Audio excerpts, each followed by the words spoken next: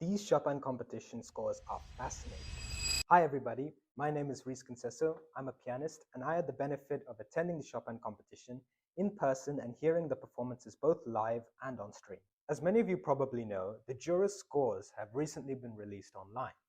Today I'm going to be going over some of the highlights of what we can learn from these numbers. First, we need to understand how the marking system works. There are three main rules of interest. First, each jury member marked the competitors on a scale from 1 to 25, 1 being the lowest and 25 being the highest. Second is an averaging system was used. What this means is the mean of all the jury's marks was first calculated, and then if an individual jury member's mark deviated from that mean by a certain number of points, their mark would be adjusted.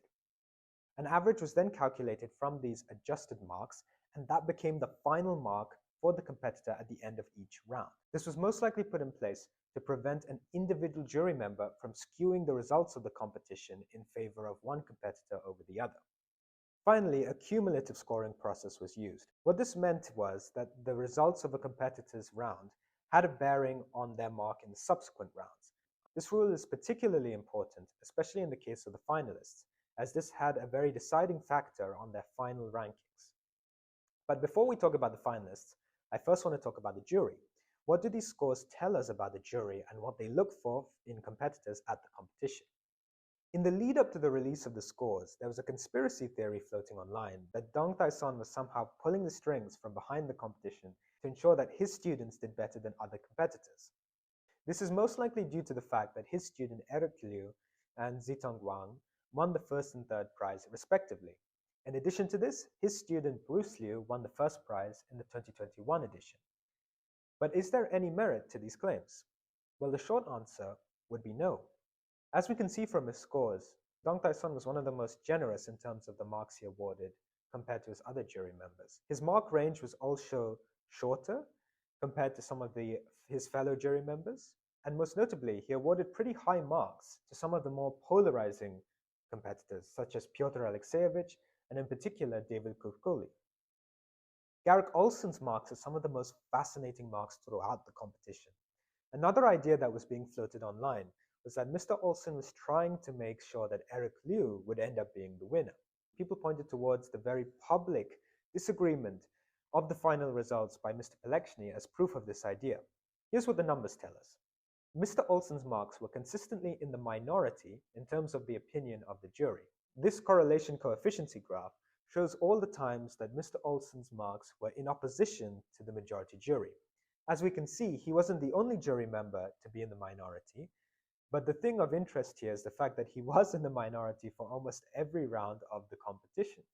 This is probably what led him to rather humorously refer to himself as the onion in the petunia patch. His mark range narrowed considerably across the competition.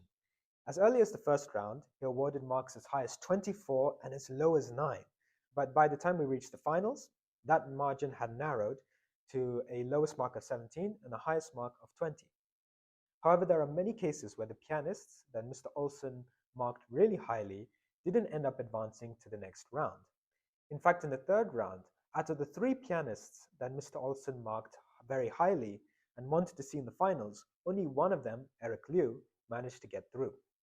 Michel Borov and Yuliana Andreevna had some of the widest variation in terms of the marks that they awarded, suggesting that they rewarded interpretive risks taken on by the competitors that were in line with their preferences. Finally, I want to talk about Polish jury members.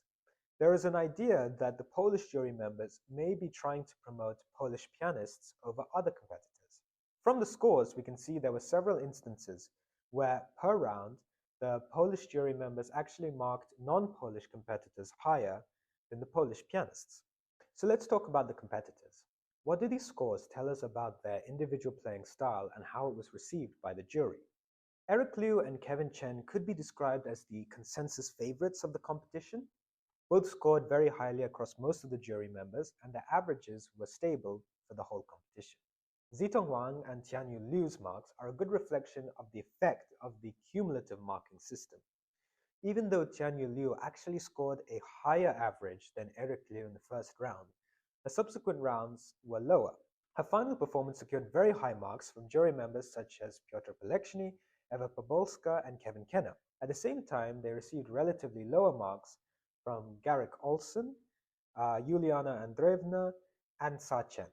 Ultimately, this resulted in her being placed fourth, with Shiori Kuvahara, who happened to receive the exact same final score. Piotr Alexewicz and David Khrikuli were the more polarizing pianists of this competition. They received a wide range of marks, meaning that their scores were more volatile and therefore their averages were lower. This is despite the fact that they had some of the most vocal support from audiences both in the hall and online. So what can someone hoping to compete in the Chopin competition learn from these results? Well, if you are a somewhat conservative interpreter with an interpretation that, let's say, offends the least number of people, then this current marking system will probably favor you. That being said, there is still an element of individual taste here.